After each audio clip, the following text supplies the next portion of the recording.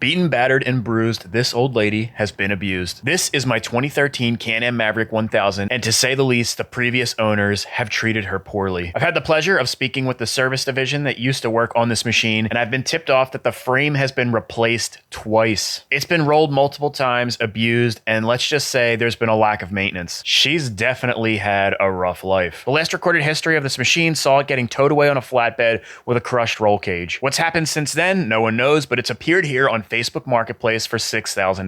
Now, $6,000 seems like a great price for this thing. However, after speaking with the local dealer in the area where I purchased this machine, they turned this guy down after he tried to trade it in because it was in such bad condition. It has some strange noises coming from the engine bay, some interesting engineering on the Snorkel system, and a super fashionable graphics kit. Amazingly, she does run and drive, but she is in serious need of maintenance, repair, some upgrades, and I think we'll give her some updates in the looks department too. So can we save this Can-Am Maverick?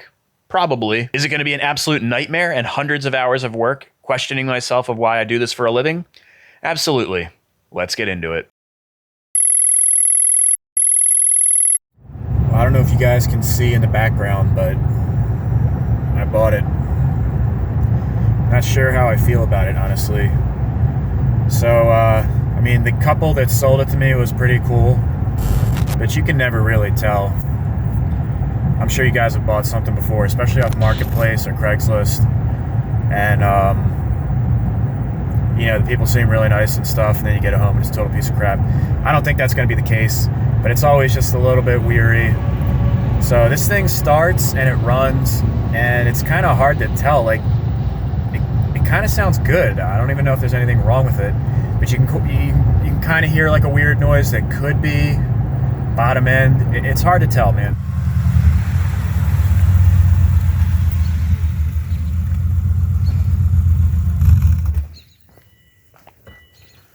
All right, let's hear this puppy. Dude. Man, look at that. All right. What do you think, champ? That graphic kit's pretty wild. I know, dude. That's going to be the first thing to go, though. Right, right.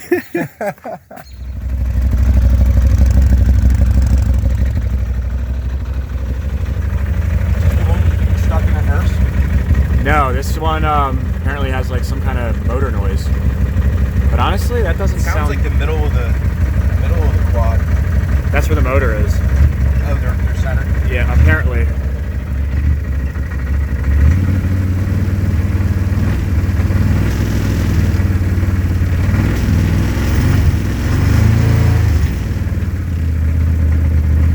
I hear a little bit. Yeah, right there.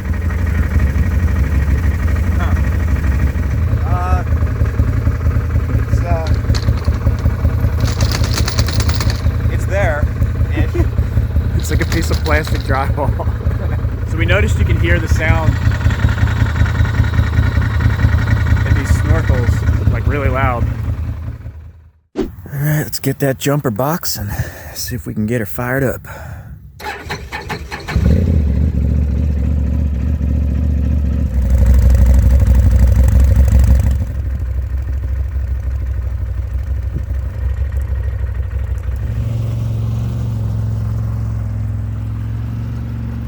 Lesson learned, again, never trust people. So there is something majorly up with the transmission in this thing. I don't know if you guys could see when I was driving it, but it's like lurching and stuff. But something is definitely up with the transmission. It doesn't engage unless you get the RPMs up, and it lurches until you give it a little bit of gas, like more than you should have to, and then it's smooth. Definitely seems like some sort of transmission or gear. I don't know what the heck it is. Something ain't right though. I can tell you right now, this custom roof is getting tossed directly into the trash because that looks seedy as hell. Otherwise, the tires are in pretty good shape. I think it's mostly stock. It does have a Snorkel system on it. Apparently he put them on there custom, and I noticed when it's running, look at that custom filter right there. That's quality, man. It's got the little quarter windshield. See, it's got a crack right there. Not really a big deal. I can clean that up, and I don't think the crack will really make a difference. If I can replace that cheap, I will. It's got a winch on the front, which isn't hooked up, so we don't even know if that works. But yeah, for the most part, it is in pretty decent shape. Now, I don't know about you guys, but those graphics are a little bit too much for me, and the roof was actually causing issues with the sharp edges poking holes in my cover. So let's take care of the roof and get rid of those graphics.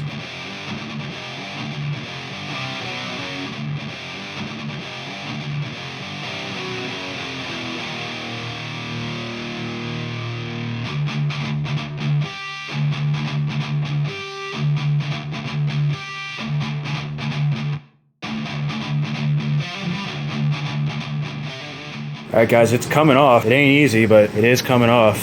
I kind of anticipated that there'd be some damage underneath. Looks like they kind of like put some glue down and then put the graphics on top. So I think it was hit somewhere on the side here. You can see there's another crack right there. It's no big deal though. I can replace some of these panels if I really need to, but I don't even think I'm gonna do that. You can see under here, some of the stays are snapped off. Again, no problem. You can probably fix that with the epoxy. And I'm gonna clean up this glue. That's not gonna be a problem. You can see the difference between the graphics and no graphics. I think no graphics looks way cleaner, even with the dirt and the lines and stuff on there. Okay guys, so it's the next day. I got all those decals off. You can see it looks way, way better. I think it does anyway. There's a couple imperfections right here. I don't know if maybe there was a snorkel here before or something, and they tried to fill it with some plastic. I have a fix for that though, to make that look a lot better. And this side, there's a crack with some glue.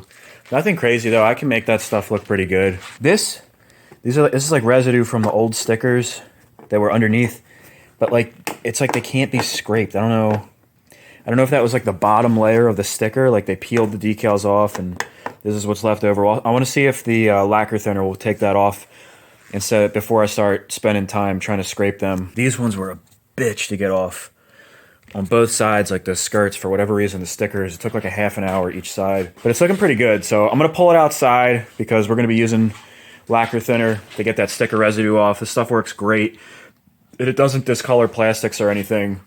But it'll take that sticker residue right off because that stuff is a pain in the ass. I got some other plans for this thing just to brighten it up and make it look a little better. All right, guys, so we're about halfway done here. Figured I'd show you the difference. So this is the side. It's all done. And you can see how crummy this looks over here. All those lines from the edges of the graphics. It really, all down here you can see. It's really, most of the glue has been at the edge. So we're taking care of all that stuff.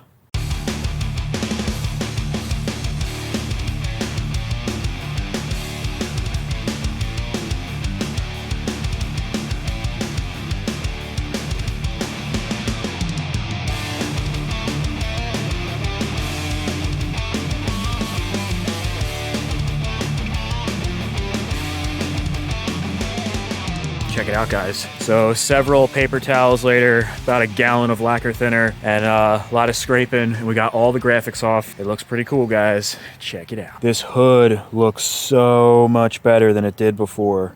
The difference from removing that roof and getting rid of those graphics, like that, just that huge difference, it's just unbelievable. It's the little things, guys. Like this shit up here. I get it, it's functional, but dude, we can put like a nice filter on there or make something really nice, at least trim away, you know, like this. That just looks like hell. When you clean stuff up like that, you know, it just makes things look so much better. So I was thinking, this material is pretty hardcore. It's some kind of plastic. Let's see if we can focus here. So I'm gonna throw it back up there, bolt it down, and we'll trim it really nice so that it fits. I'm not exactly sure how I'm going to do it. There's a little bit of a bend in the roof. So I figure between these clamps, that plastic roof, and a little bit of bed liner, we'll be able to make a pretty decent roof, and it should be pretty strong too.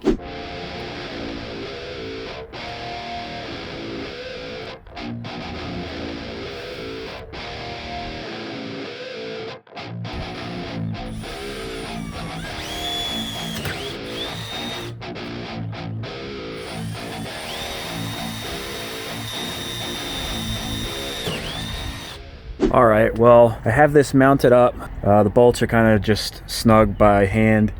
And what I want to do is get 2 more of these. These clamps, I found them on Amazon just now. It's 12 bucks on Amazon Prime for 2 of them. So it doesn't really make sense to make anything custom. And this roof flexes pretty easily. I'll show you. So what I want to do, I was originally thinking of just kind of cutting it here and letting the back portion float. Maybe clamp back here to hold it like that. We'll cut it probably short in the front. And I'm gonna contour the back to go with these pipes. And we'll see what it looks like. All right, guys, check it. I got this thing on the operating table. There she is. I have all the lines and everything very rudimentally marked. So I'm gonna make the lines a little bit clear. And then I'm gonna take a circular saw. We're gonna cut this thing out.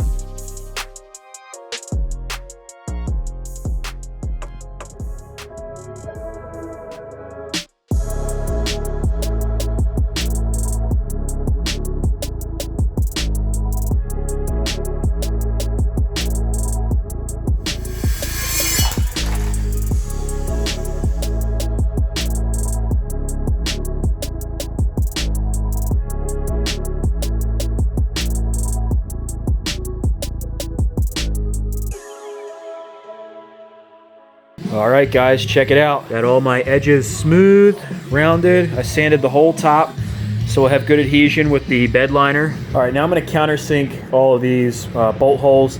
I already went and did this one.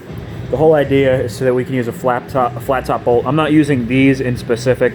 I'm gonna have to go buy the bolts because I don't have the right size in flat top. But this way, the hardware will be flush on the roof.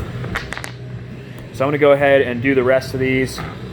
Basically just use a countersink tool and we'll go around and get all these bolt holes.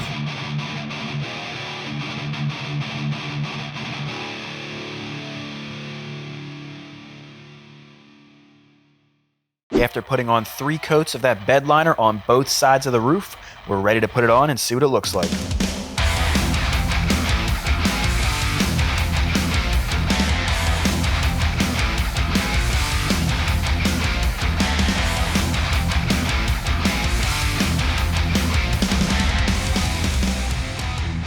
All right, guys, so here she is. I used all stainless steel hardware in here with nylocks so they don't vibrate loose, because that's definitely an issue with off-roading, any kind of racing really, is you have vibrations. So yeah. We're gonna strip this thing down and get to the bottom of the weird noise that's coming from the transmission or engine or whatever it is. In order to get this hood off, it looks like we have to remove these snorkels, so that'll be the first order of business. It looks like it's just zip tied on.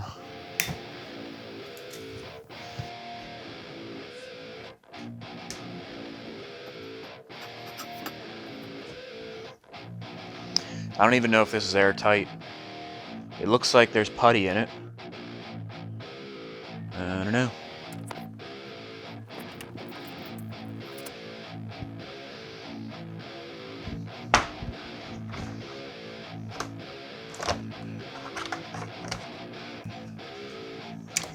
You can see this PVC system kind of goes around and comes out here.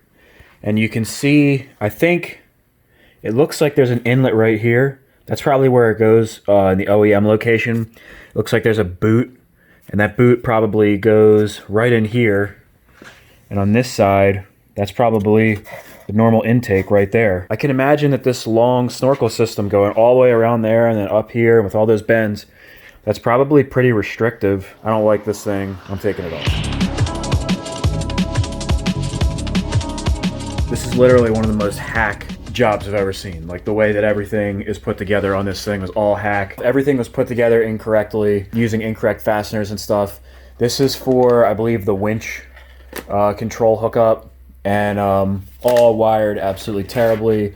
A whole bunch of excess wire just laying out, nothing zip tied or tidied up. There's plugs and stuff floating around. I was looking at the fuse box, and there's a wire hanging out of the fuse box that's disconnected. You can see disconnected all of, look, what is this stuff even for? I don't know if these are auxiliary plugs that are pre-wired into the factory wire harness. I'll have to look at the wiring schematic and fix all this stuff up, and we will make it all work properly. 7 hours later. Well, actually, we're gonna pull this thing out because it's the next day. And it's way too tight in here to be working on this thing.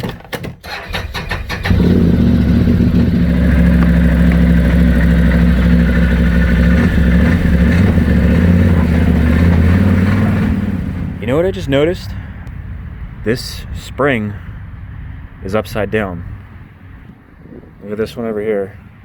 And then look at this one. What the heck, dude? Total hacks.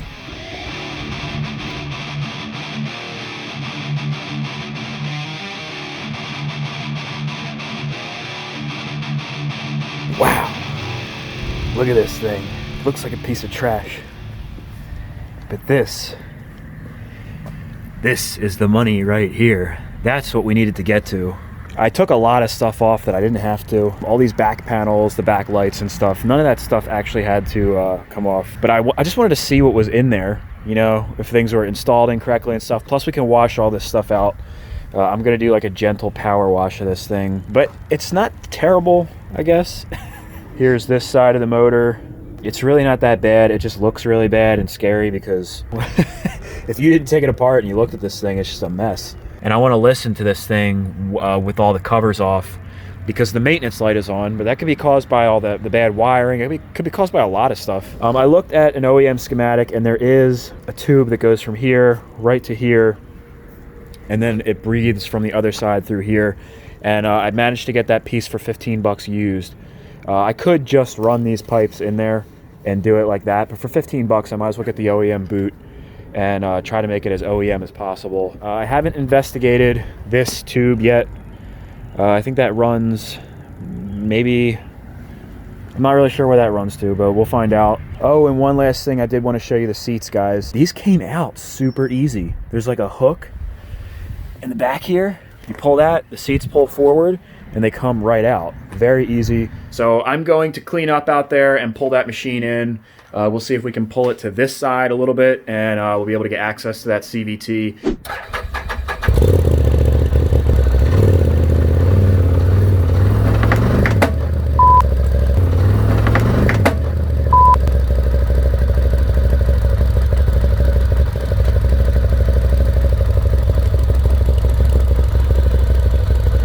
That was dumb. The following day. All right, we got a fresh day here. I want to get some of these pieces outside and get them painted so that they can start drying while we're working on this CVT. But let's fix that seatbelt thing first because that's pissing me off.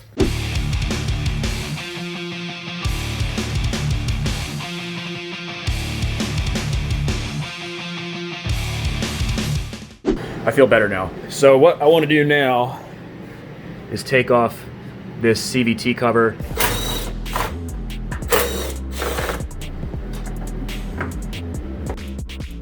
So it's confirmed, guys. The guy that I bought this from is officially a because he told me that this entire thing was rebuilt and it was all brand new in here, which is bullshit, man. Listen, guy, I know I said I'm not a side-by-side guy, but that shit in there, that ain't new. So you can see half of this is rusty, the other half is glazed, so I'm assuming water was in here at one point in time. I don't know if this thing was sitting or what the deal was, but this definitely does not look like it was just rebuilt, and definitely doesn't look like it was brand new. I don't really know what a good belt looks like or what signs are. I thought maybe we'd see like some glossy spots or something. I don't know. We're replacing the belt regardless. So I'm gonna hop on the computer and check out my service manual and just read up on this real quick. All right, so I just did a fair amount of reading on disassembly and assembly of this clutch and servicing it and everything. Before I go to taking this thing apart, I'm gonna fire this thing up and let's see what it sounds like. I just threw the seat in, and with the seat in there, you can't really see it. So I'm going to attempt to do this with no seat, maybe just like hitting the pedal with my hand. Let's see what happens. Well, you can hear that thing's already making weird noise. Now I've got chocks behind the wheels, so I think we should be okay. But you can hear it making noise. It's making like a chatter noise. All right, I'm gonna give it a little bit of gas.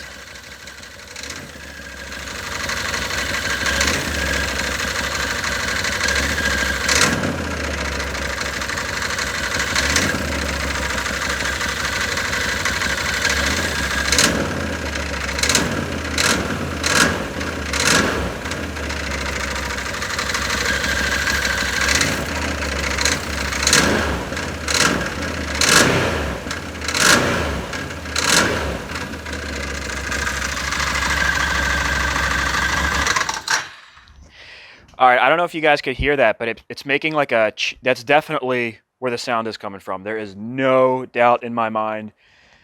That's f***ing awesome because that means that the engine is probably fine. Apparently, if you thread this in, that's supposed to make it so you can take the belt off.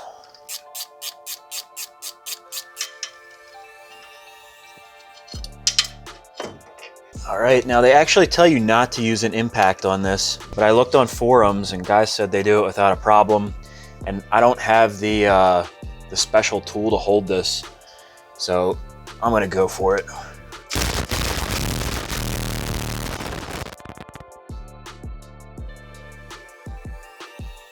And then we have this special tool, and I picked this up for like 17 bucks. I think it works on most Can-Ams.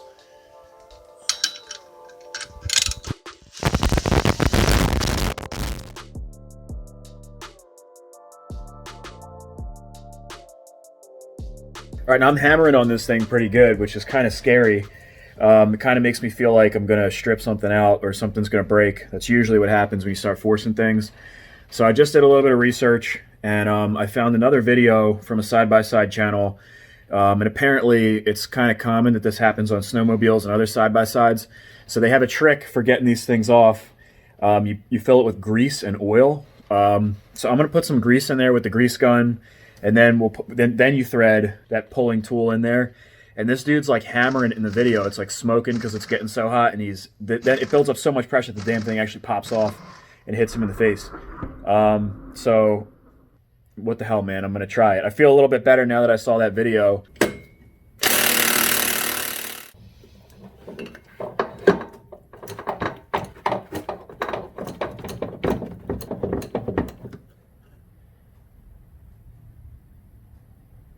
Wow, that was more grease than I thought I'd put in there. All right, so this is supposed to create a hydraulic effect. You can see right away, it pushes back. Really curious to see what happens here.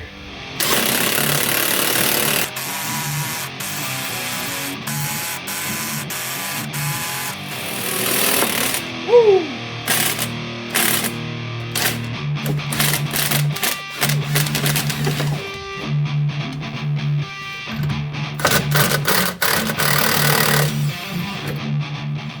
Guys, check out the carnage. This is the inner hub, I believe, of that primary clutch, and you can see the surface is thrashed, dude. The whole thing is rusted and pitted, and with the exception of this area here, I don't even think this is salvageable. There's also these bumps in here.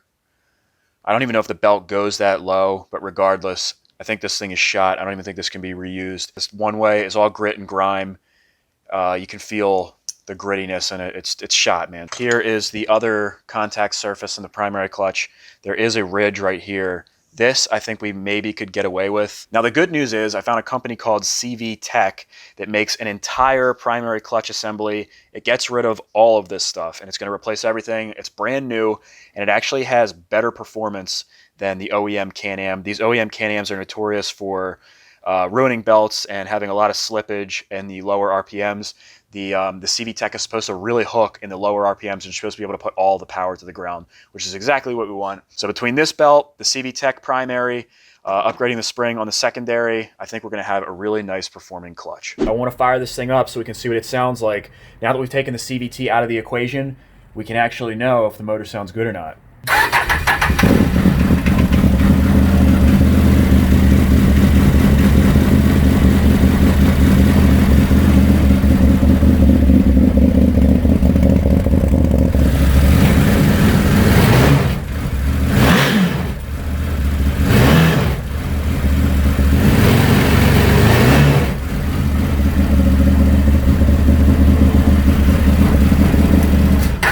It seems pretty good. There's nothing like finding the actual issue. If you ever worked on your stuff, when you're not sure what's wrong with something, especially after you just bought it, finding the issue, sometimes you find things like, oh, maybe it could be this, maybe it could be that. When you find something that it's like, okay, it was definitely this, it's just such a relief. So this is awesome. So before we get to the exhaust, I just want to go over this thing real quick. I washed it up pretty good, and it came out pretty good. I mean, you tell me. It definitely looks better than it did. It was pretty muddy before. Alright guys, thanks for joining the battle. Halfway through here, as you can see, we're just spraying down all this dirt and grit and grime, getting it all wet so it's all loose and nice and easy to just blast away once we soap it down. Yeah, we're even getting underneath, you know, I'm going to get in all the nooks and crannies and stuff because I'm a detail-oriented person. That's the kind of guy I am. And don't worry guys, even though this is a 3000 PSI pressure washer, I've got it turned down and we're using the softest pressure head that we can possibly use. So fear not, we're not going to damage any of these parts, and I was careful not to shoot the pressure into any areas that we wouldn't want to. Ah yeah, look at that, we're even going to clean the footwells where your stinky little feet go. No area is going to be overlooked. Right here, as I was cleaning out all these areas with the little nooks and crannies, you can see the water constantly trying to jump back and attack at me. You think that water's your friend because it keeps you alive, but nah, it's going to try to kill you any chance it can get. Right here, the water and soap actually work together and actually jump at my face, almost killing me. You gotta be careful if that soap gets in your mouth, you're gonna be tasting it for days and it's gonna be terrible. Now, you can see shit's getting pretty intense. I'm getting a little bit of spray back here. And the problem will just wipe that shit away. So you can see we've got this thing soaped up and we're about to blast it away. The soap thinks it's better than the dirt, but it's not. It's all the same. And to think that you're better than someone else actually makes you worse. So we're gonna blast it all away just like it's scum. Yeah, we're just gonna blast this dirt into the depths of hell with Satan himself and all the other scum of the earth where it belongs. Stupid f***ing dirt. The pleasures I get out of the simple, mundane activities that life has to offer. If you're in the house with this coronavirus and you're feeling like shit, just go outside and kill some dirt. You'll feel like a new man, I guarantee it. The radiator came out really nicely. I know some of you guys were saying that it looked pretty beat, but you can see it cleaned up really nice. Used a little bit of aluminum brightener on there. Cleaned all of the fins and stuff out. There was a lot of mud and stuff caked in there. The seats are looking pretty good. And I spent a good amount of time on these body panels and stuff. The center console areas, I refinished. I scuffed them with a red Scotch-Brite, washed them, and then I sprayed them with the bed liner. You can see the center console here turned out really nice. This thing looked terrible. It was faded.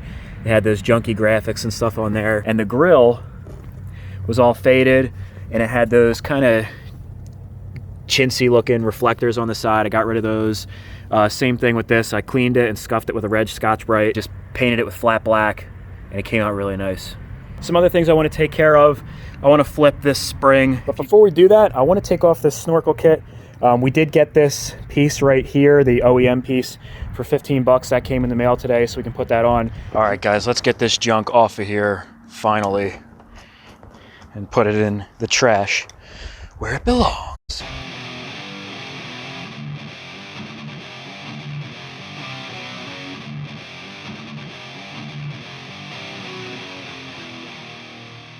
I feel a lot better now that that is gone. I really do. I just think this looks so much better. Okay, so let's fire this thing up and see what it sounds like stock. All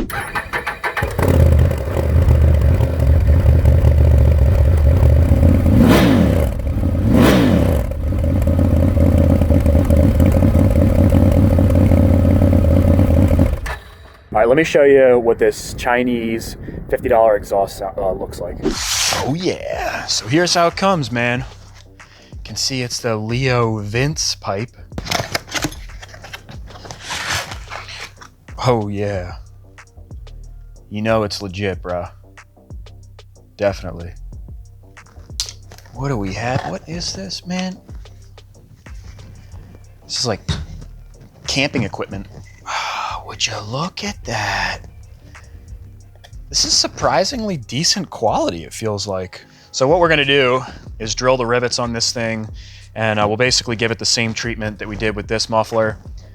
We'll make them look exactly the same. These things should look pretty trick on the Maverick. All right, so the first order of business is gonna be drilling out these 3/16" rivets.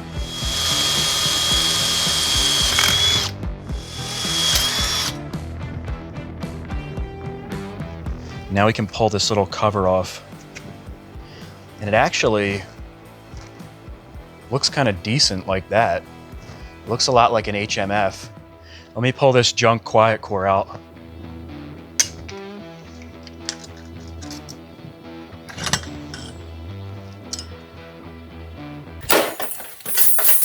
All right, now let's make this thing line up appropriately.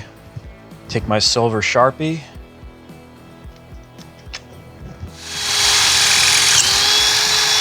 And we'll put this cover back on. Make sure it lines up right. And throw in some new rivets.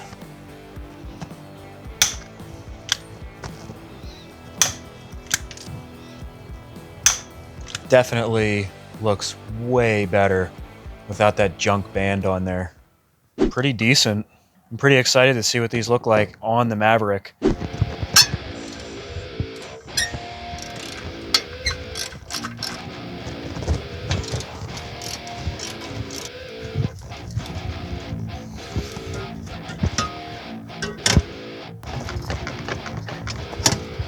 Wow, that's got to be one of the easiest and most convenient exhausts to remove ever. And there are slots in the back where these mount up. So we'll cut some slots in these aftermarket ones. But you can see the difference. The OEM ones are huge, not nearly as much flow, quite a bit of weight savings too. They're pretty heavy. They're probably like 15 pounds maybe, whereas these are like 5, if that. So total, we're probably losing, I'd say a good 20 pounds. I feel like it's my duty as an American to start this thing up straight pipe.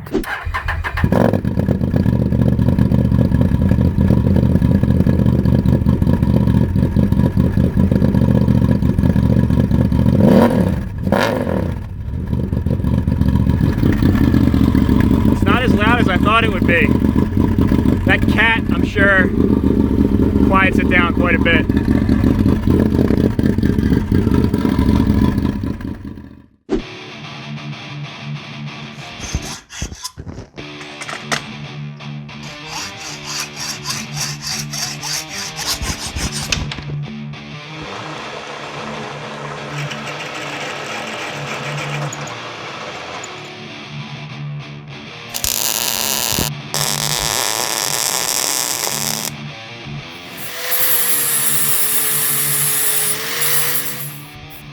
Okay, while that's drying, I want to go ahead and flip this spring.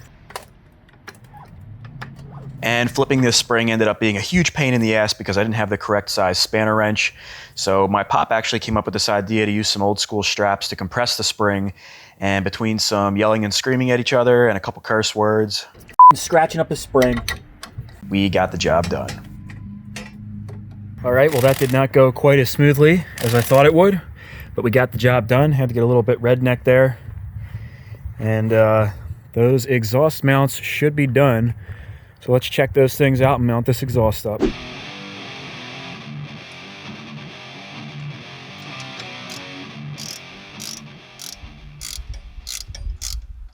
there they are. They came out pretty solid. They feel really tight, but they'll still have the buffering of that rubber grommet in there.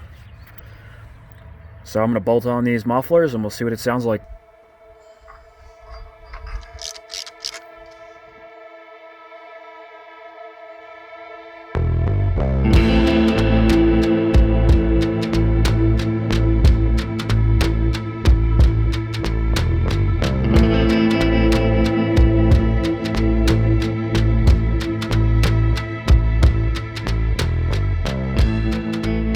Dude, this came out sick. After tightening up all of the exhaust bands and clamps, these are rock solid. I'm actually shaking the machine.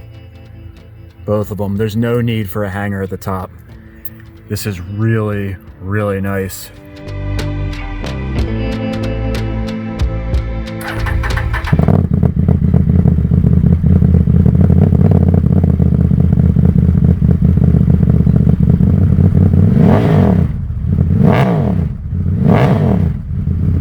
Sounds pretty damn good.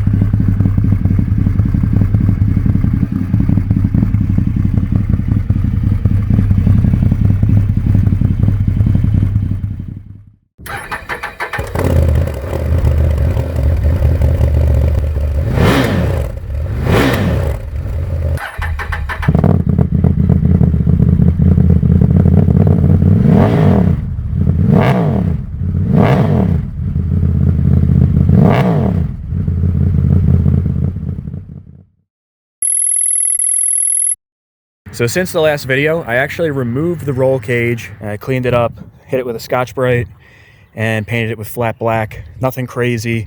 I just wanted to clean it up. I cleaned up the rust and stuff and then covered up all the bare metal. It definitely looks way better. And I did notice it's slightly tweaked. You can kind of see it from right here. I'll try to give you guys a better angle. It's kind of hard to tell, but it is tweaked this way. It must have taken an impact and it's slightly tweaked. Now we hooked up a come along, my pop and I, and kind of ran it diagonally from here to the corner of the frame. And we did straighten it out a little bit. Got the roof on there. And I mean, it looks good, I think. It kind of just is what it is. So we might as well hop right into it. You may have noticed that the snorkels are completely gone on this thing. That's because I already started, but I'll just say that I didn't because I did film everything. So we will go back in time and I will get rid of the snorkels on the back. The way that these are, everything is zip tied together. It's literally zip tied around the shock. It's all wiggles and it's pretty half-assed, man, if you ask me. It's gonna vibrate. I don't like that. I don't know if you guys can see in the back there. There's another zip tie. It's all just zip tied together. So the OEM stuff dumps right around there. I'm taking it off, man.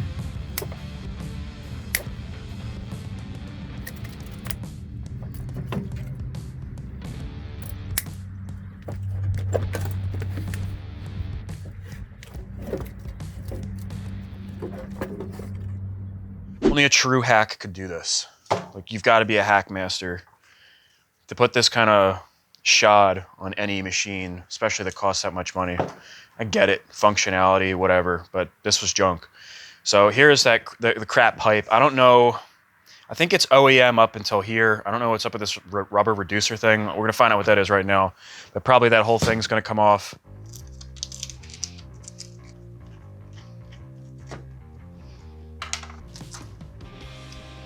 Yeah, so this is some store-bought reducer that the guy just probably stretched on, maybe heated up, I don't know.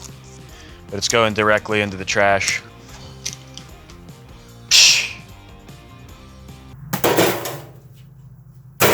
Okay guys, now we're gonna come back to those ducks and we're actually gonna be building a custom snorkel system. But first, I wanna do some work on the CVT. And I was looking here, guys, and it looks like this transmission actually, somebody must have been in there. So maybe the dude actually was telling me the truth and that thing does have a rebuilt transmission.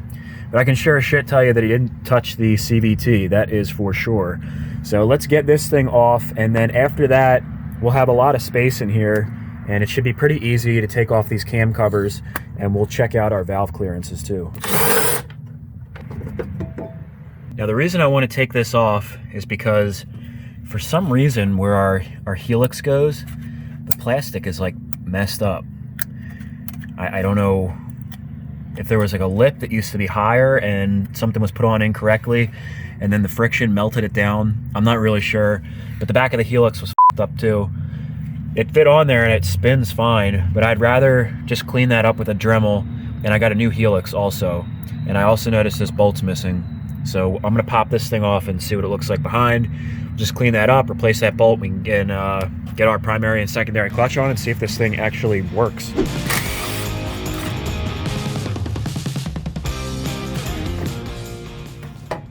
So we're back to the hacking table, and I just got done washing this thing down. But you can see this area got kind of messed up. If you look on the inside, you can see. So there's an O-ring that goes in here. It's supposed to like fit in the groove, kind of like this side. So what I'm gonna do is just round this out nicely and clean it up. And I'm gonna see if I have I do have O-rings, but I don't know if I have one this thick. I'm gonna see if I have one just slightly larger. That should still seal as long as it's around the perimeter. I'll put a little bit of dielectric grease on it. And once these 4 bolts are tightened down and it's squeezing the O-ring, there really shouldn't be any problems. I also noticed we had a broken bolt. So I have a feeling that that's not gonna come out with a pair of vice grips. So I'm gonna shave it down and drill it out.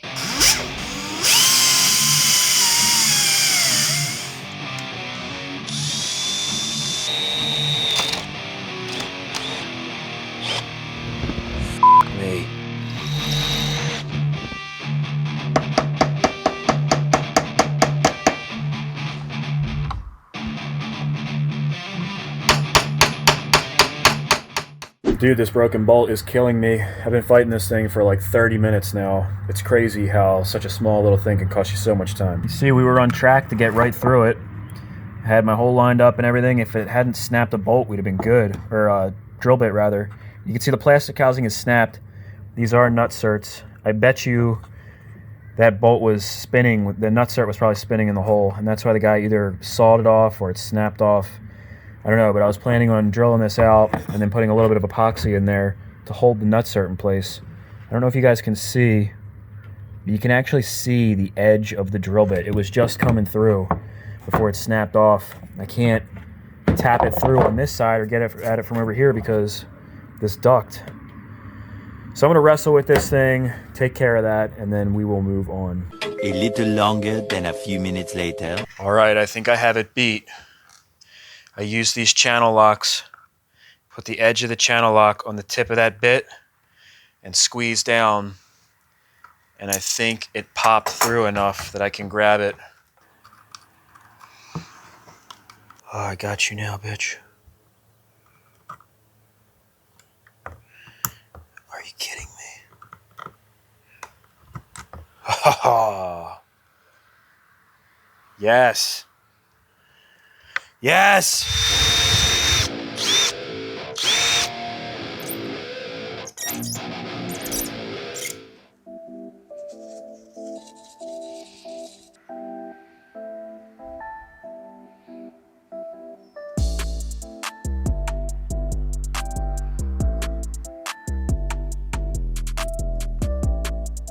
All right, this should be good. I'm okay with the little bit that got in the threads. When this is dry, I'm gonna run a tap through it, and this should be nice and solid. That should never give us a problem. All right, guys, check it out. While that RTV is driving on our CVT cover, I wanna go ahead and show you the brand new CV Tech clutch setup that we're gonna be using. Wow. Well, this is definitely a lot more simple than the OEM setup, that's for sure. So I just got done reading this. Apparently, you literally just bolt this damn thing on. Take the supplied washer here, fits in there, and then this is the OEM bolt from the Can-Am. We'll go right in like that, and I torque it down to 133 foot-pounds, and it's supposed to be good to go. Now I have half of our secondary clutch here. Before I put this back together, apparently it's a good idea to take a Scotch-Brite pad and scuff the surface. I'm going to use a red Scotch-Brite, and apparently it's good to go on a 90-degree angle to the center as you work your way around, and it's best to do it by hand. A lot of guys are saying, oh, I want to use a machine or put it in a lathe and then hold the Scotch-Brite up. Guys are saying the best way to do it is to do it by hand. So I already did the other half. It was really easy. I'm just going to go ahead and do this side too. While we're opening up parts, we might as well open up this light bar. Got clamps. Oh yeah. All right, so we got a 42-inch curved light bar. It is, I hate to say this, but it's like the best of the worst. It's just a generic light bar. There's only one thing that I want to do before we mount this anyway, is to take the face off, and I want to put some Yama Bond on there, any kind of RTV. Apparently, if you do that, it helps seal in everything, and that's like one area where these things they tend to get moisture inside, but if you put a little RTV in there, close it back up, which is an easy thing to do, it's supposed to last you a long time. It also came with a wire harness, and it also came with this little light bar switch. Now these are the mounts that came in the kit, but we're not going to be using those. I bought these 2-inch bull bar mounts. These will mount up right underneath the roof. Be able to put the light bar right up under there. It should look pretty nice. And I've already seen how these things work, even the cheapy ones. They're super bright, and it's really going to help illuminate when we go night riding, which is going to be sick.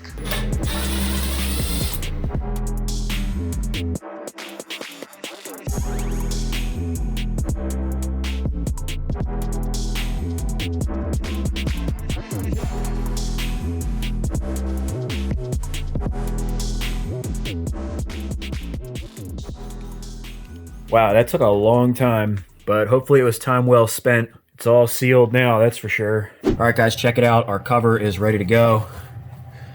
All nice and dry.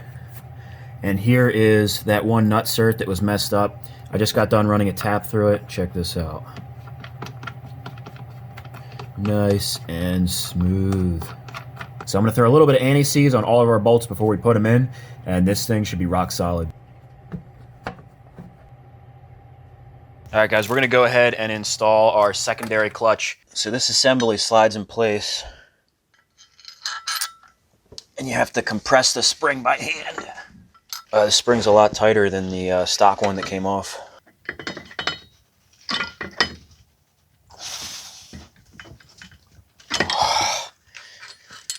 Oh, shit.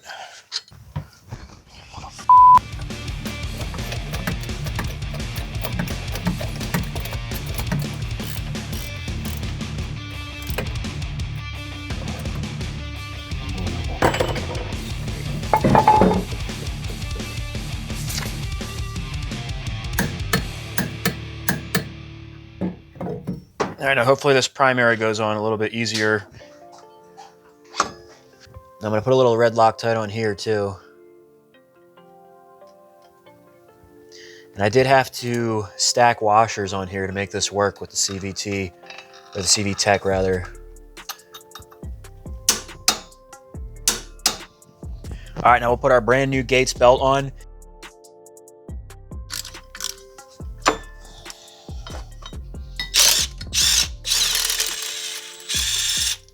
All right, guys, let's see what this looks like. Is it gonna work? I just don't know.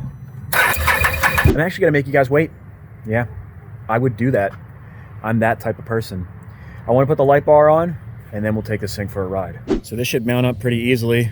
I'm gonna take these brackets and just loosely mount them across that top crossbar.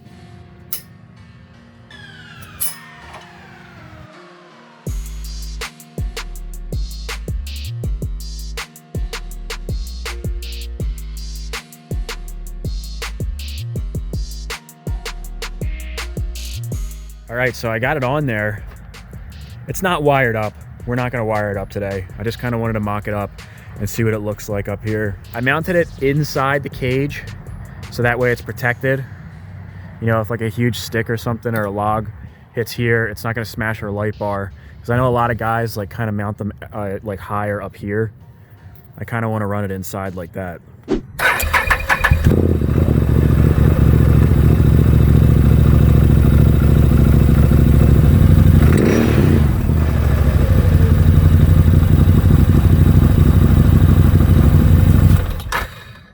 All right, let's see what the hell happens here. Oh, dude, it sounds so good. We're gonna get a different exhaust tone too, because now we have a little bit of weight hooked up to our crank.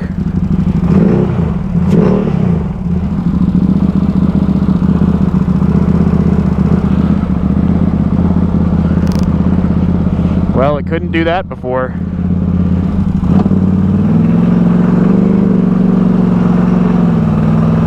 Well, it's not lurching or nothing.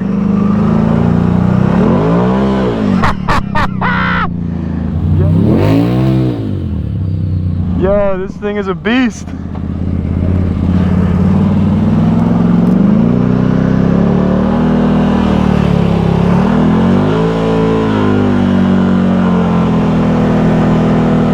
Oh no. Check it out. I'm going 0. That's not good.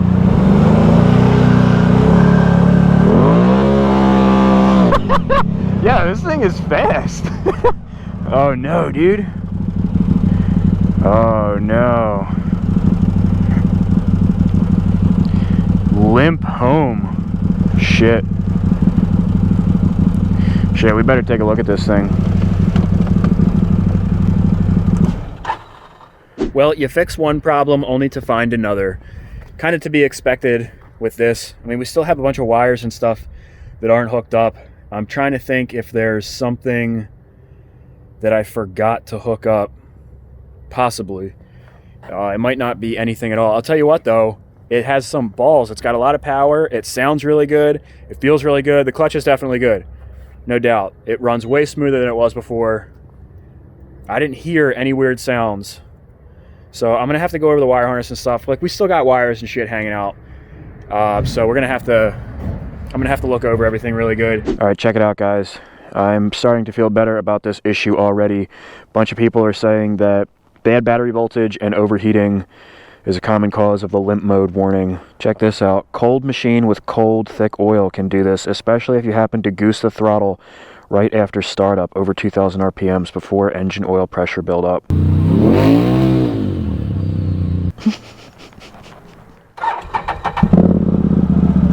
Dude, I think we're good.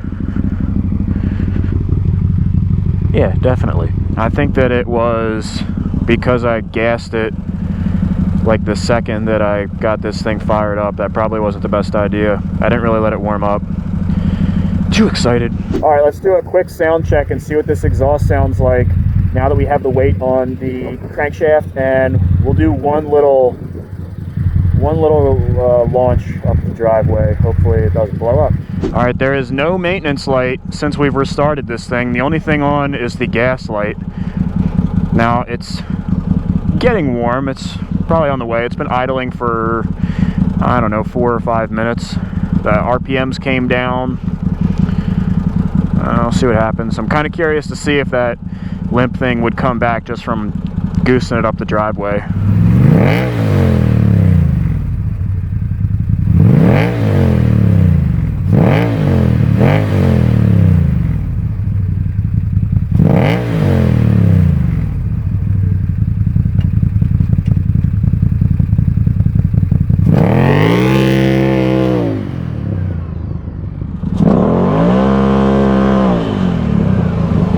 Dude, this thing, I'm not even kidding. This thing feels like it could wheelie. Dude, look at that.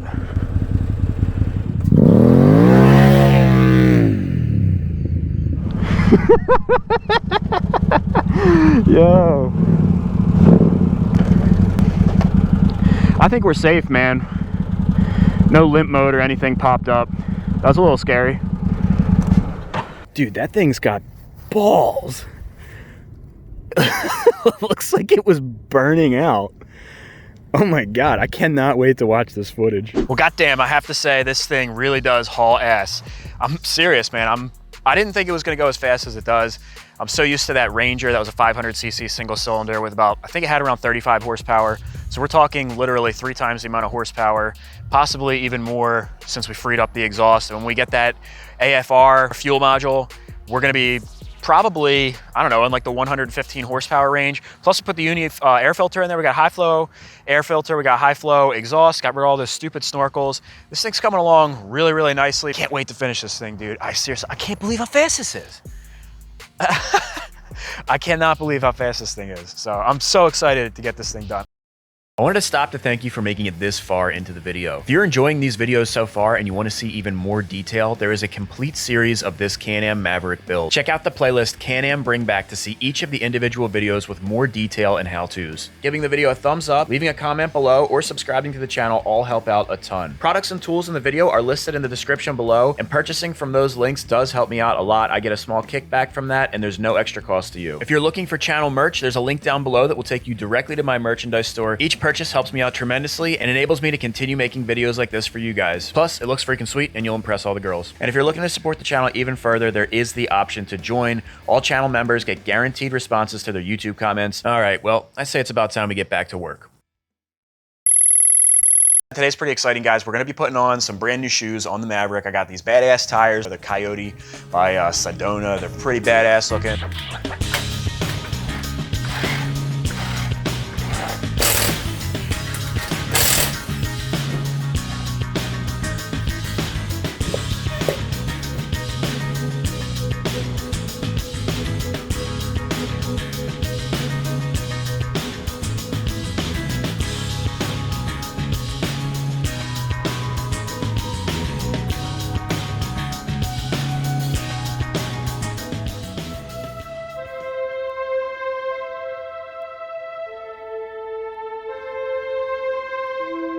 Dude, this broken bolt is killing me.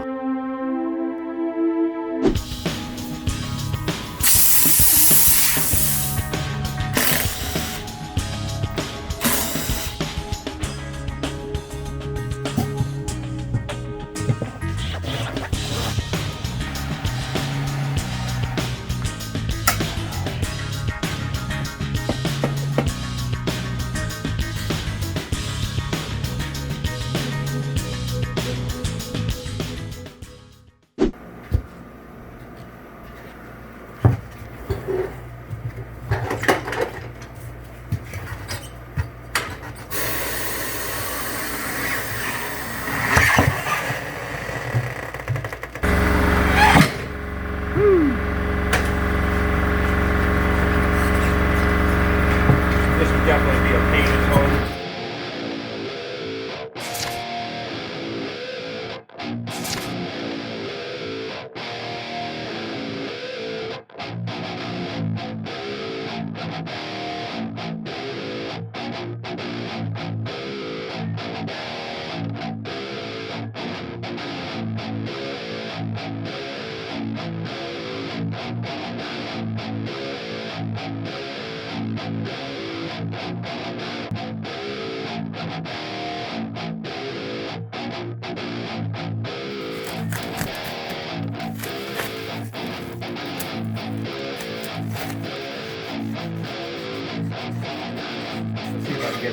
First try. Ta-da! Yeah, I love blue bugs.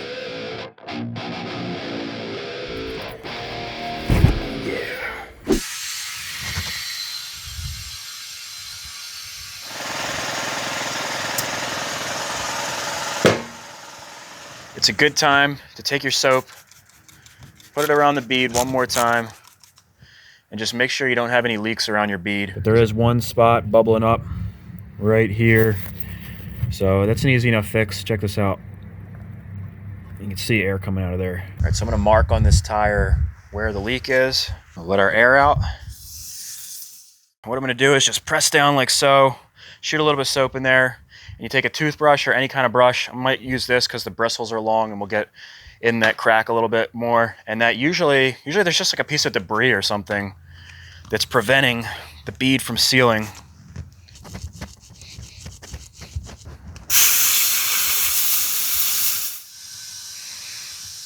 All right, let's give it another shot here. Well, it looks good to me. Here's where our X was. You can see there are no bubbles or anything here. I don't see bubbles anywhere else. And so we're good to go. This tire is nice and airtight. These wheels look badass, dude, and they look amazing with these tires. Definitely an improvement over stock. Even though those Maxxis Bighorns are great tires, I think these look killer. So I'm excited to put these on. I'm gonna go ahead, take care of the other wheels, and then we'll throw these bad boys on.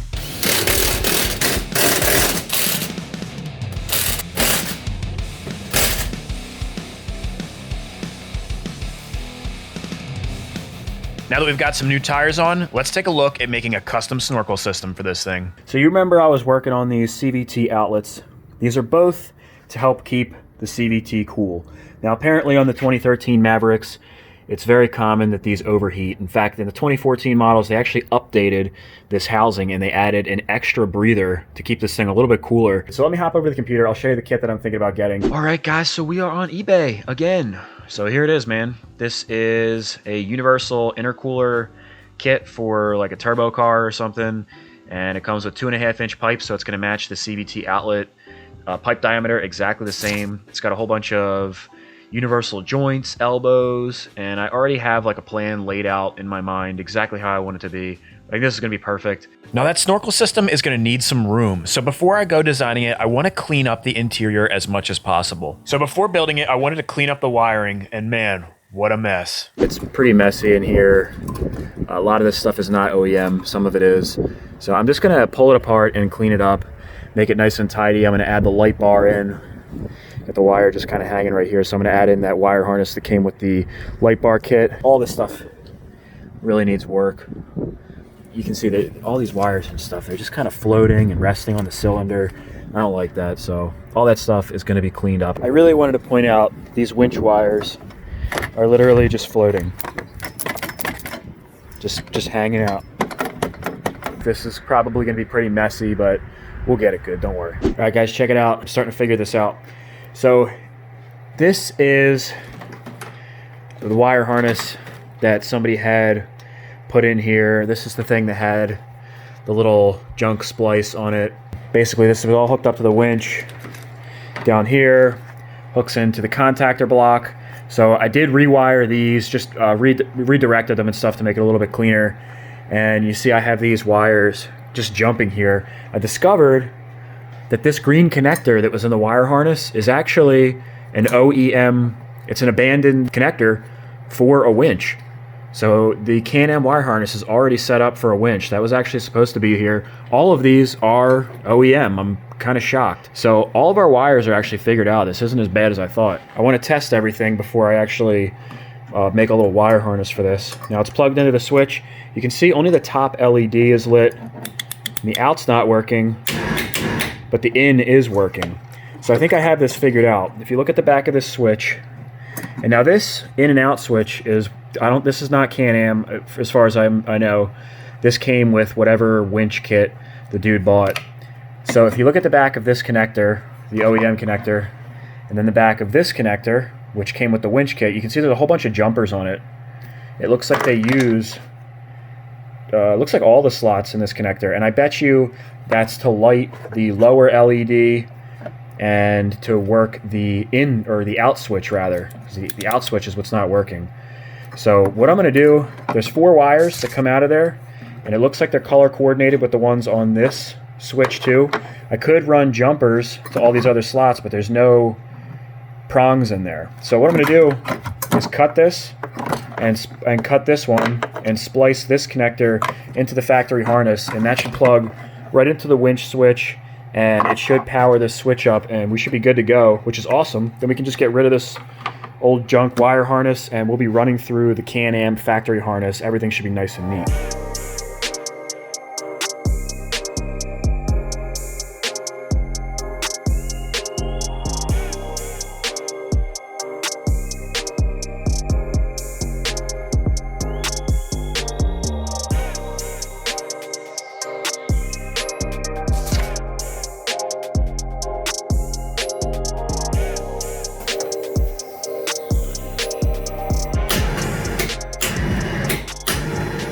Okay guys, so I got everything figured out, everything tidied up for the most part anyways.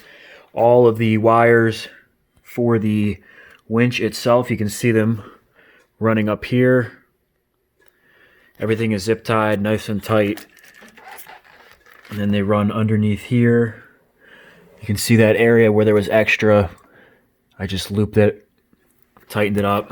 You can see the wires come up through here, go along here, and then everything comes up to the contactor.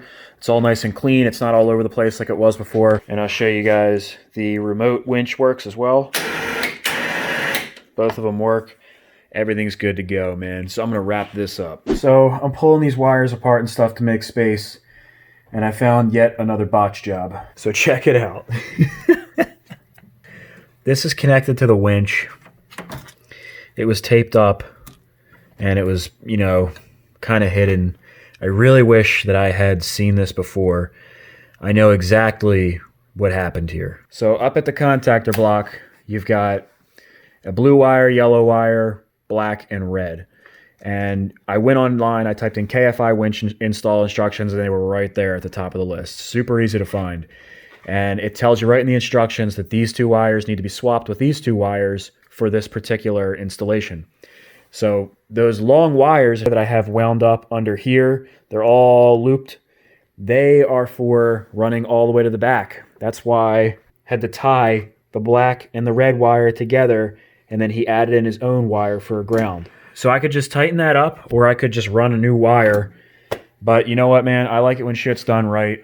So I'm going to pull this panel off again, snip my wire ties, and I'm going to switch those wires up front to the back and run it the way that it's supposed to be done. 2 hours later. I got these winch wires all rewired in the front. You can see them under here. And I actually relocated the contactor block to right here. It used to be up here, and with the cover right here, the air scoop is right here, so that was kind of vulnerable. So down here, it's going to be a little bit more protected. There's that big mud flap that covers this whole thing, so that should be pretty good right there. And yes, it is zip tied. I considered using those self-tapper bolts like what was up here, but the less drilling in the frame, I feel the better. And this is rock solid. Believe me, that's not going anywhere. All of our wires are zip tied to the frame. You can see them rooting to the back. And they come through here. I have this zip tied every 4 inches. And there's obviously plenty of wire to get to our battery. So I will run those 2 wires with everything else as I'm setting this up back here. But I wanted to show you guys that winch is finally done. It's finally done and it's wired correctly. Mike, why'd you turn the lights off? So I turned the lights off so that I can show you how this light bar works. It is not hooked up entirely. I just have some random wires running to it. And then the other two ends, you can't even see it right now, but the other two ends are just hooked into that accessory plug that was already in the wire harness. I just wanted to make sure that we're getting power out of there, and I want to make sure the light bar works. Check this out. Whoa! You can't even get an idea of how bright this thing is without actually being here. It's like crazy bright, dude. Holy shit. Yeah, it's really bright. If you guys remember, the speedometer was not working. Check it out. I'm going 0. So since we're doing wiring, I located the speed sensor and replaced it.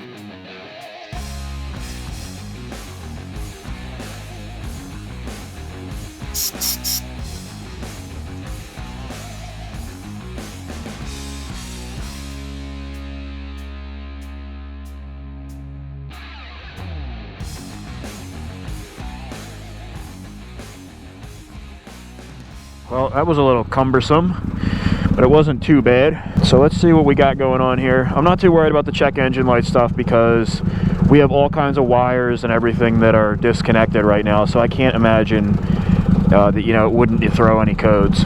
So I'm going to throw it in reverse. It's going to be a little weird here. I believe that's neutral. This should be reverse here.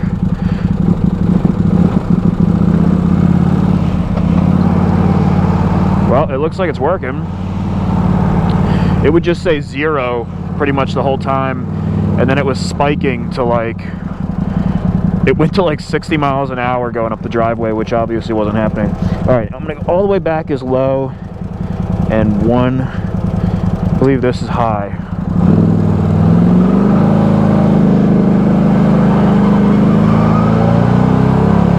It looks like we got it working.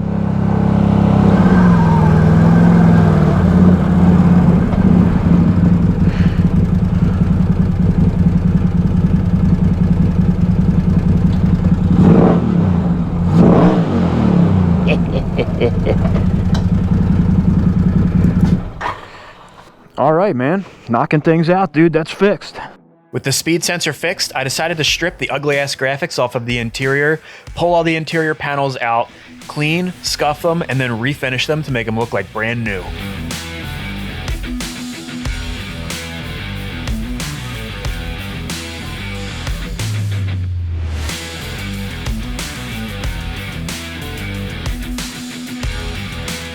While we're redoing the console, let's make a custom mounting plate for our AFR gauge and our belt temperature sensor.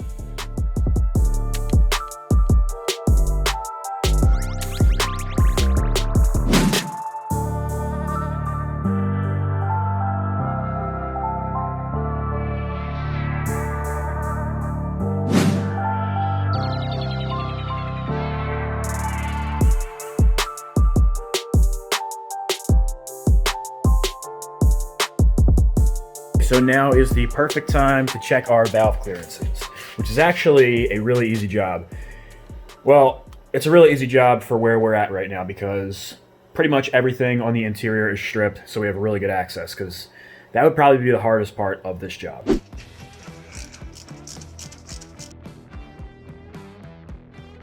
right, so I'm gonna pull the spark plugs now so that we can turn our engine over easily. And plus, I wanna see what these plugs look like. These are really skinny plugs. I'm using a 14mm socket to get this off.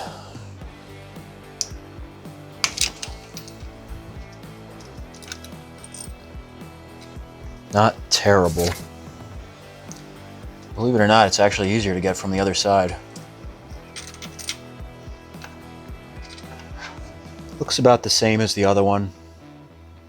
All right, so the first thing to do is get our piston at top dead center. So I'm gonna do that by using this little endoscope. It's a tiny camera with an LED on it, and I literally have it hooked up to one of my old cell phones. These things literally cost 20 bucks. I will have a link in the description below if you guys want to use one of these. These come in handy a lot. So this will fit in our spark plug hole, no problem. We'll be able to see where the piston is, and it's an easy way to see if we're at top dead center.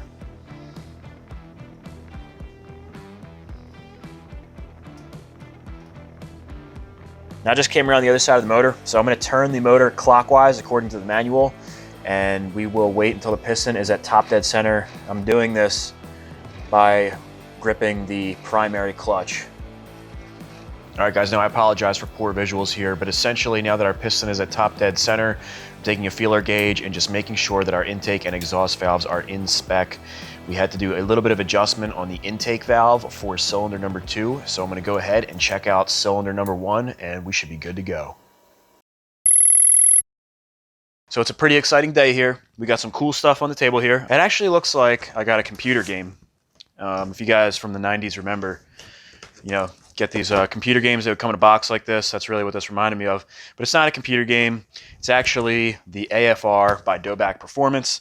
So I'm really looking forward to throwing this thing on, and it really doesn't look that bad. And this thing is going to look really trick in that little gauge cluster thing that I made last time. So we'll hop over to the machine in a second here. We're going to be installing this AFR kit. Then I'm going to go ahead and we'll put on that DIY Snorkel kit that I bought. It's actually a DIY turbo kit. That thing is probably going to match up really, really nicely, and it's probably going to make a really nice snorkel system. So like I said in that video, I do want to clean up the wires first so that we can make as much room as we possibly can for our snorkels. So let's first put this stuff on. So we are over at the machine. Updates since you guys were gone. I did add in this duct. If you remember, this is where one of those rinky-dink snorkels came out, and it was restrictive, and it was all small and everything, too narrow for airflow. And the more I'm learning about these CVT systems, the more I'm learning they really need to be kept cool and they really need good airflow. So I wanted to put the factory stuff in place. So the first thing that we're going to do to install that module is pull our O2 sensor up front. We actually have to run 3 O2 sensors. So this O2 sensor is going to stay in here, as well as the O2 sensor back here. And we're gonna have to put a third one in. It's a single O2 sensor system, so it only goes in one cylinder. So what we're gonna do, I'm gonna do this front pipe, and I'm just gonna put it pretty much right in front of it, and we'll have that second sensor there. I'd rather keep this area a little bit more clean. That's why I'm not gonna put it back there, because we're gonna have, you know, our snorkel tubes and stuff back there. Up here, we got plenty of space.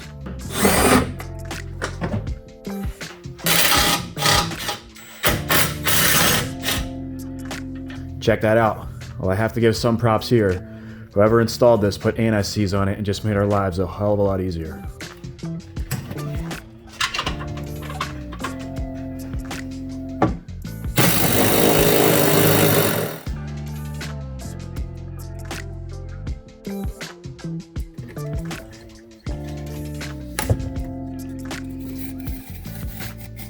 All right, so I consider myself lucky in that aspect, and that the exhaust came off without a problem. A lot of times, you know, exhaust, oh man, getting it off of the cylinder can sometimes be a serious pain in the ass, and just separating it at the joints. So what I'm going to do is weld in our second O2 sensor.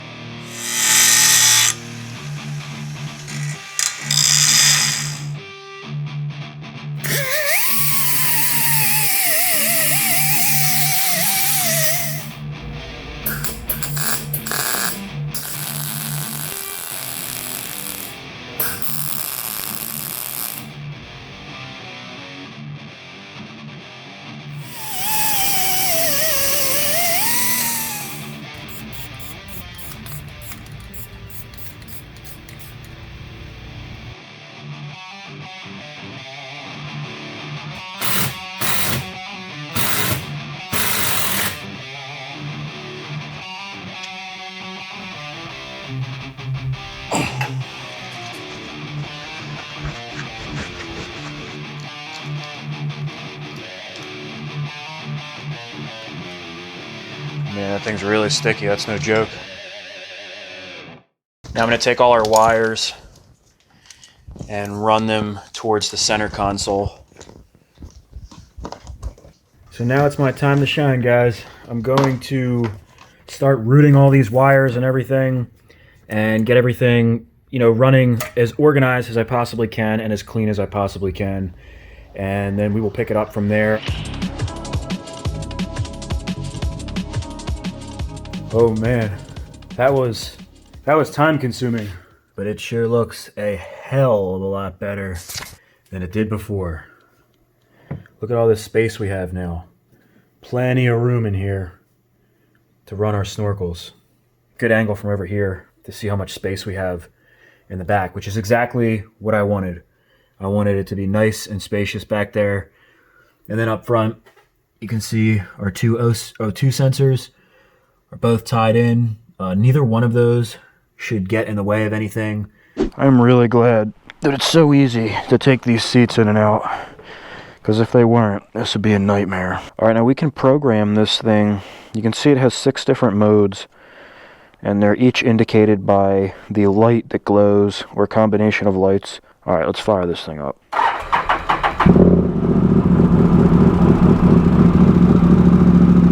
All right, it's been running for a couple minutes now, and we're getting a little bit of temperature on our temperature gauge. The RPMs came down to 1250, and you can see we're still lean. I mean, really lean. So those plugs were definitely reading correctly. We're definitely running lean, at least at idle. All right, let's see. To get into each one of these modes and adjust it, all you do is hit mode, and it will cycle through the different colors. So we're in green mode. You can see it's set for 13. Now we're in yellow mode. It looks like 13.4. This says we want that for 13.5. So if we go 1, 2, now we'll go boom, boom, boom. That's 13.5. Red.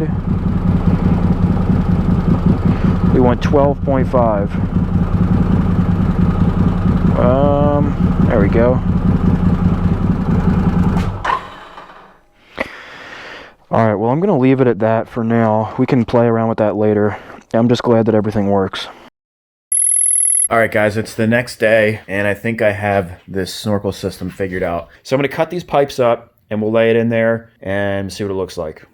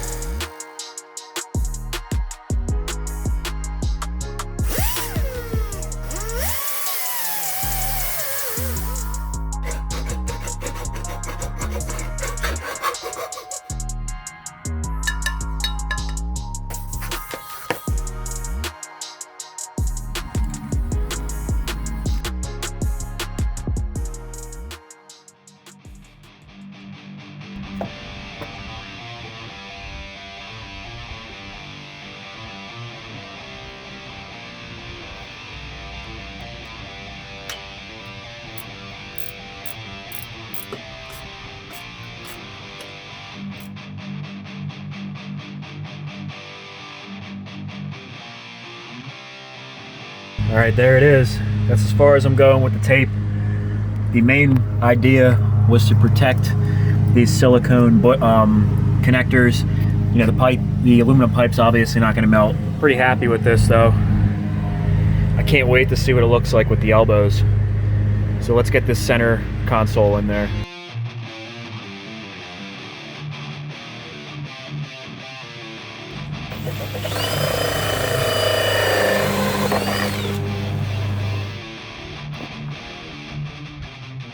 Ooh, that came out really nice. That almost looks OEM, if you ask me. We were able to save our cup holder. I really don't think that looks bad at all. Looks like our holes are going to line up nicely. Might be a little bit of fine tuning. I saw the wire harness was catching a little bit underneath. Just some stuff I have to play with. But dude, that looks really good.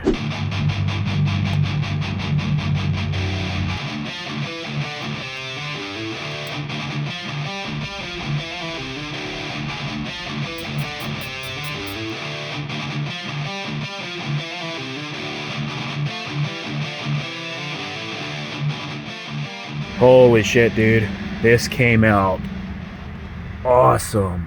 Literally could not have imagined it coming out any better. The whole system goes up, especially this one in the back. So that's going to promote really good heat dispersion. It should have the heat going straight up and out of there. Oh, dude, it just looks great. We got a lot done today, man. A lot of work in the wire harness. I didn't really film all of that because, you know, that's boring work. So rerouting those wires and everything, that's all taken care of. This thing is pretty much wired from front to back. Everything is really clean. I know where everything is now. I know we don't have any funky wiring issues going on. The snorkels came out really nice. I'm getting really, really excited to finish this project up. As we're finishing up Project Maverick, we're sort of at an opportune time right now to wire up a couple more lights. Now, at first glance, some of you guys might be like, well, that ain't no light bar. You need to get a real man's light bar. But we're not really going for that, guys. The whole idea is to just have a little bit of extra light while we're out on the trails. And believe it or not, these things are pretty damn bright. All right, before we go any further, especially since these are cheaper parts, I want to test out these lights. So I have this old battery charger, 12 volts. We'll hook up to our leads here, and we'll make sure these things work. Woo! Tell you what, man, that is, geez. Really can't look right into these things. I think we won't get a really good representation of how bright these are until it's nighttime. But for a little 6 LED light strip, I mean, it looks like it's going to put out a lot of light. And when it's pitch black at night, this is going to be awesome. So as far as the side goes, the whole idea of these lights is so that if you're stuck and you're looking over the edge trying to see, you know, what you're next to, what kind of rut you're in, I want to have light right here. It's not so much to go flush out or flood out to the sides and, you know, see what's in the woods next to you or anything. It's really to see what's on the ground right next to you. Now, if I really wanted, I could measure these and get them in the exact right spots on each side. But for what we're doing, I'm just going to eye them up.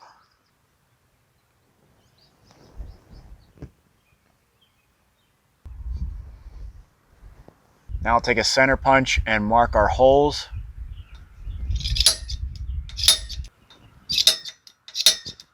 Now I'm going to drill and tap my holes for a 10mm bolt. And you'll notice I'm only doing one hole for each of these LED lights. That's so that I can bolt it in and make it straight and then mark my second hole. I think it'll be a little more accurate that way.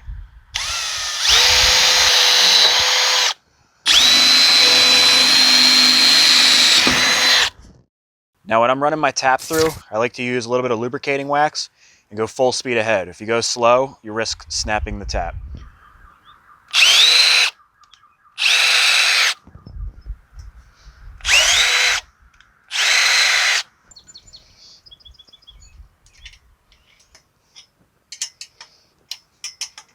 Now with the bar like this, I can play around with it and get it exactly where I want.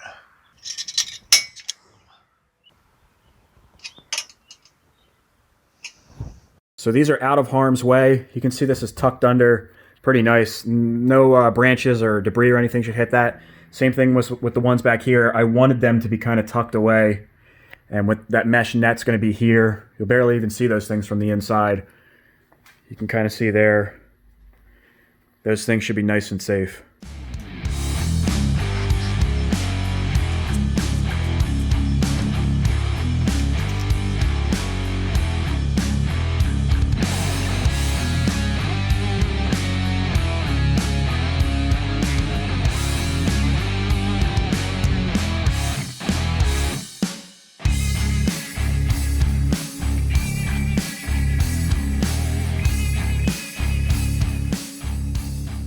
We are getting close, man. We're all wired up. I even wired up the light bar. You can see it comes down here, goes into a little hole I drilled here, runs along here, I cut the wire a little bit too long, so I just wound it up right here. Everything's nice and tight. I put all of our switches and everything in. The zip ties don't look too bad. If I really wanted to get fancy, I could drill holes in the frame and run the wires through the roll cage, but I think that's a little unnecessary. Give you guys a look at the dash.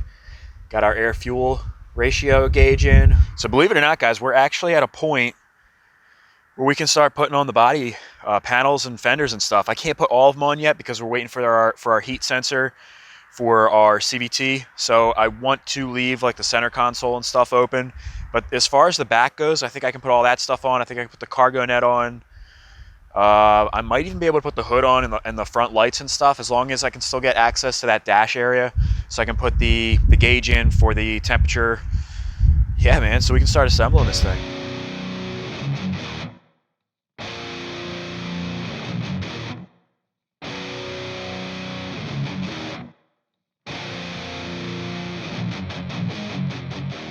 All right, guys, this is about as far as I'm gonna get tonight. So before it gets too late, that I don't want to fire this up and make the neighbors too angry, I want to take this outside and show you how these lights look.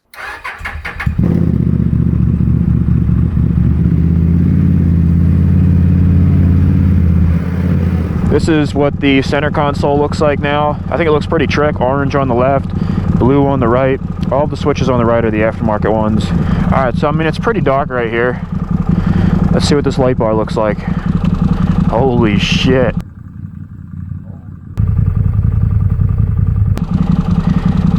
Yo, that is bright. All right, I knew that was gonna be bright. All right, let's check out the side and rear lights. All right, I'm pretty happy with that.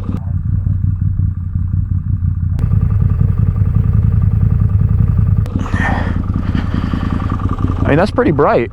Like I said, it wasn't gonna be anything crazy. I knew it wasn't, but you can see all this area back here, how lit up that is. You know, when it's pitch black and you're trying to back out of something, that's going to be so much help. And you can see in here too, it lights up the cargo area.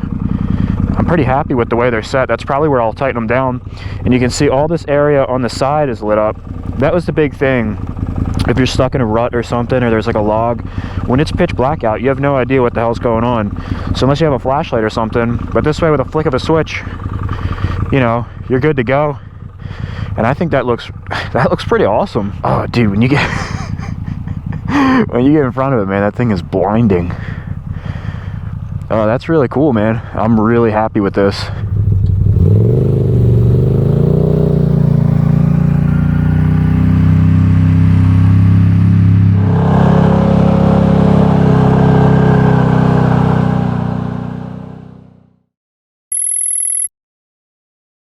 Well, guys, guess what just showed up in the mail? The AIM Sports belt temperature sensor. Damn, look at that. Now, before we actually install this temperature sensor, I'm gonna show you some of the final assembly to get the Maverick to where it is right now.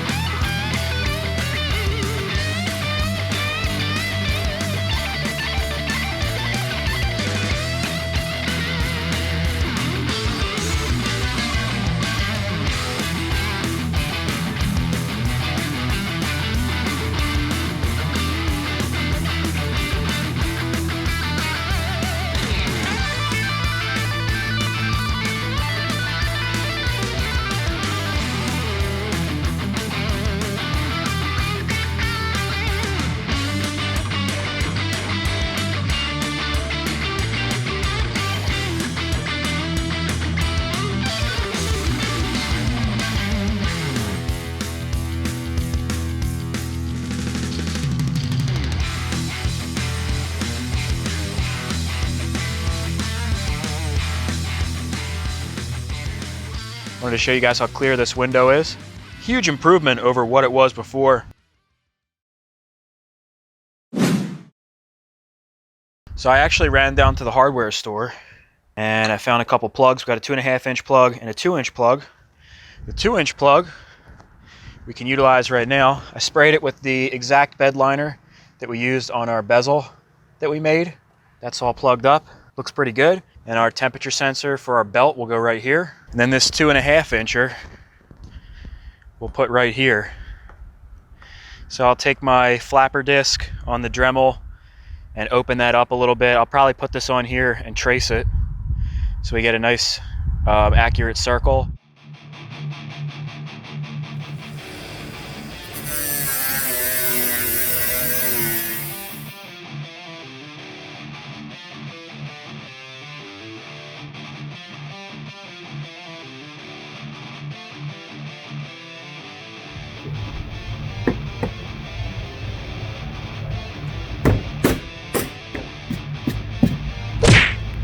So we will move to the back here, and I think what I'm going to do, like I said, I'm just going to kind of sweep this up and down over here just so that it looks a little bit better. Because I mean, right now it looks like somebody took a pair of tin snips or something and just snipped that out.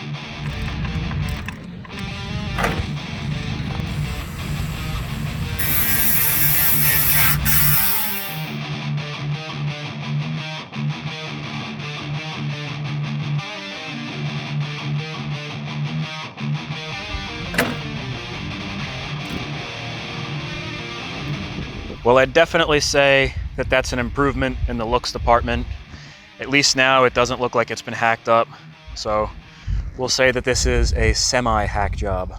We can mock up our snorkels here and see where to cut holes in the net.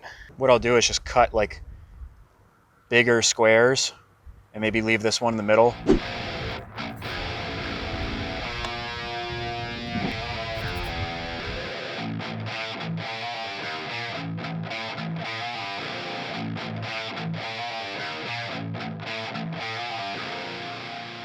Well, that actually looks pretty cool. Came out pretty clean, actually. Scissors did the job. Plus, now I have these little ninja star things that I can throw at my enemies. Now that we've got most of the finishing touches done, it's about time we go ahead and install that temperature sensor. That sensor needs to be mounted right about here, facing the belt. So I'm just gonna take this pair of calipers and measure how far it is from the edge here. Right about there. It looks like 0.96 inches. And I will factor in the rubber gasket that goes in between here.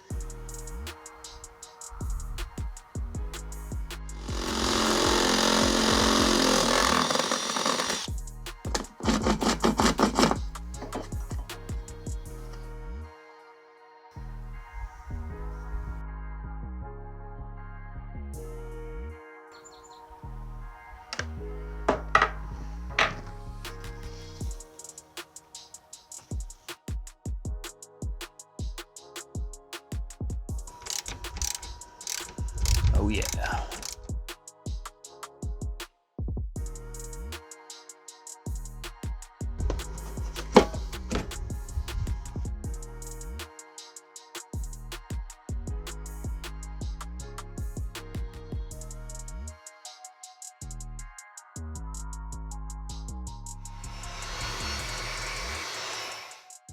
Okay, so this is what it looks like. Ton of wires Z'd up right here. That's because this sensor comes with quite a bit of extra wire. So I put the extra loops down here.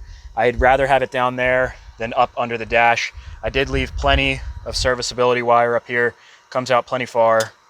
And I went a little overboard with the zip ties up here, but I wanted it to be nice and tight to the frame and this way because the cup holders go in here.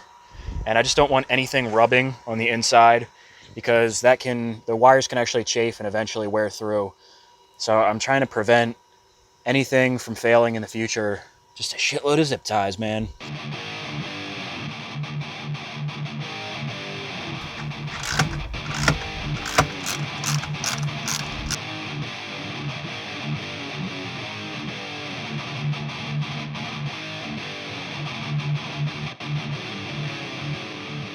Holy shit.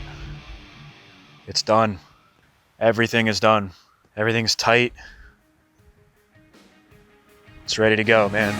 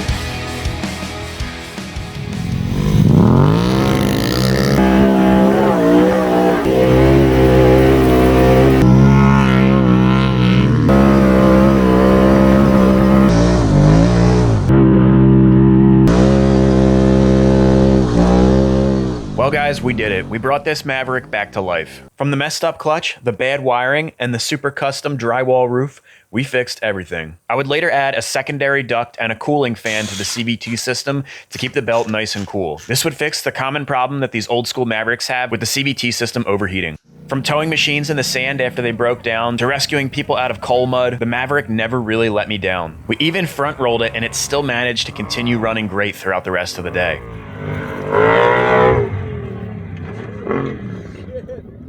Yeah. I'm not sure I would send it like that, dude. He's oh, dude, I hope he didn't blow it up. What happened? Straight up. Head flipped it. Are you serious, dude? Swear to God. Holy shit, dude. Oh, we missed it? There's the roof. Oh, dude. 100% front flip. Strapped at least? Oh, I could have been really dead. But no, I mean, I think it's actually okay for the most part. It landed green side up. Except that I shut it off as soon as I stopped moving. I'm honestly more surprised that it isn't like worse. Yeah, I thought it'd be worse. But I mean, Like I said, all the plastics doesn't even look like they're scratched. When we came over the hill, I was trying to see what would. I wish there was a camera on it. Oh, that would have been great. Yeah. Well, you were getting some mad air. We got the air on. I got that. I got a really good footage of you going to hill climb, and then right after he coming down and getting the air. Straight up to the somersault coming down the hill. Yeah. The exhaust looks good. That's good.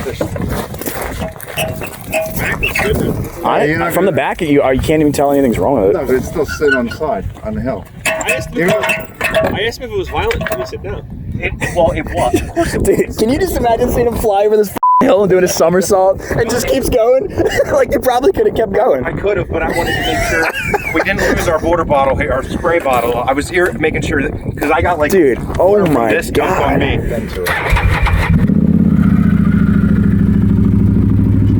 All right, let's do it again. It's not even hot. It's at 198. No, we're good. Oh, you got us scared. It's the water out of the cooler. Did you used to be a rider for that Gravedigger? Or? After rolling the machine and bending the roll cage, we were able to straighten out the roll cage using a car lift, and I fixed the roof and was able to take it ripping within 3 days of the roll. Dude, I think that's pretty close. Like, it's flattening the bottom of the tube. Dude, it's literally. Look at that. It's fucking hanging. It's just hanging. All right. I would say that's Jones fixed. Jones destroyed and Jones fixed. I don't know, man. I think that looks pretty damn straight. I'll show you what I did with the roof. I just cut the front section off, and I had just enough of that plastic stuff that I had cut off from the front and the back that I could make a new piece, and I bolted it on. Everything is super solid. You'd really never even know it. I think it kind of looks like it's supposed to be that way. The total cost of this build, including the cost of the Maverick itself, was $7,355.99. Not bad for a rock-solid side-by-side. Of course, you have to include the hundreds of hours of work and me questioning what even reality is, but I would still say it's worth it. And because I know some of you will be asking, I sold it for $10,000.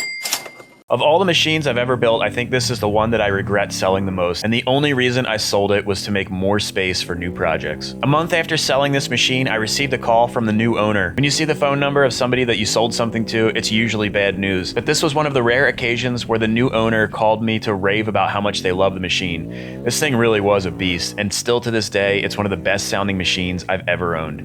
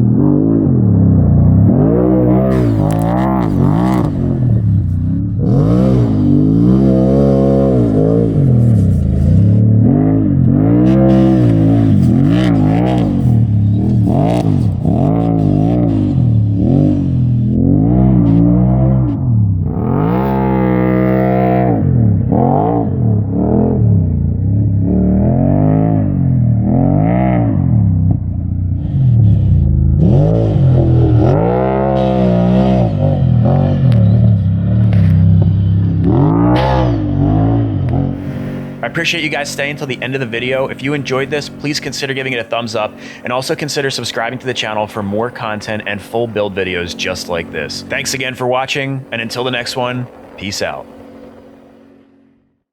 Send it Sunday.